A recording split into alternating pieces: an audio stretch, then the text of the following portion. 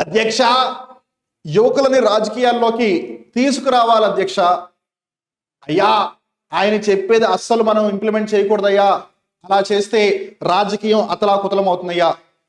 My dear honourable speaker, it is always good to look into the future if we consider putting students in politics or putting young people into politics. Well, ఇదంతా విన్న తర్వాత మీకు ఒకటేదో అర్థమై ఉంటుంది, బేసిక్గా young people students పాలిటిక్స్లోకి వస్తే బాగుంటుందా లేదా అని.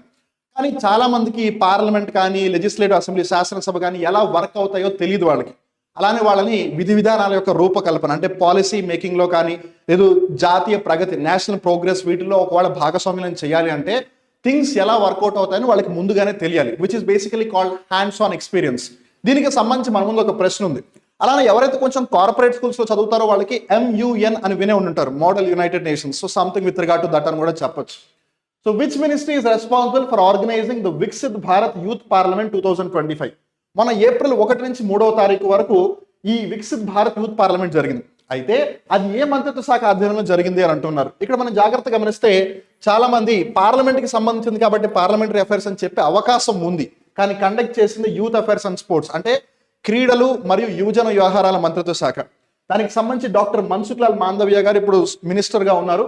ఏది ఏమైనా వీళ్ళు యాక్చువల్గా చూసుకోవాలంటే కోవిడ్-19 తర్వాత ఇండియాలో ఉన్న అన్ని 300 డిస్ట్రిక్ట్ నోడల్ ఏవైతే ఉన్నాయో వాటన్నిటిని కన్సిడర్ చేస్తూ ఇండియాలో ఉన్న అన్ని రాష్ట్రాలు కేంద్రపాలిత ప్రాంతాల నుండి 75,000కి పైగా స్టూడెంట్స్ని మై భారత్ పోర్టల్ ద్వారా రిజిస్టర్ అయ్యి వాటికి సంబంధించిన చర్యలు ప్రొసీడింగ్స్ అన్ని కండక్ట్ చేసి ఈ విధంగా చేయడం జరిగింది. అండ్ దానికి గల కారణం ఏంటి? యాజ్ మనం ముందుగా అనుకున్నట్టుగానే యువకులని ఈ విధి విధానాల యొక్క రూపకల్పన ప్రక్రియలో భాగస్వామ్యం చేయాలి అని, అలానే దేశ ప్రగతిలో వాళ్ళని మరింతగా ముందుకు తీసుకురావాలి అని చెప్పి ఈ వికసిత్ భారత్ యూత్ పార్లమెంట్ తీసుకొస్తున్నారు.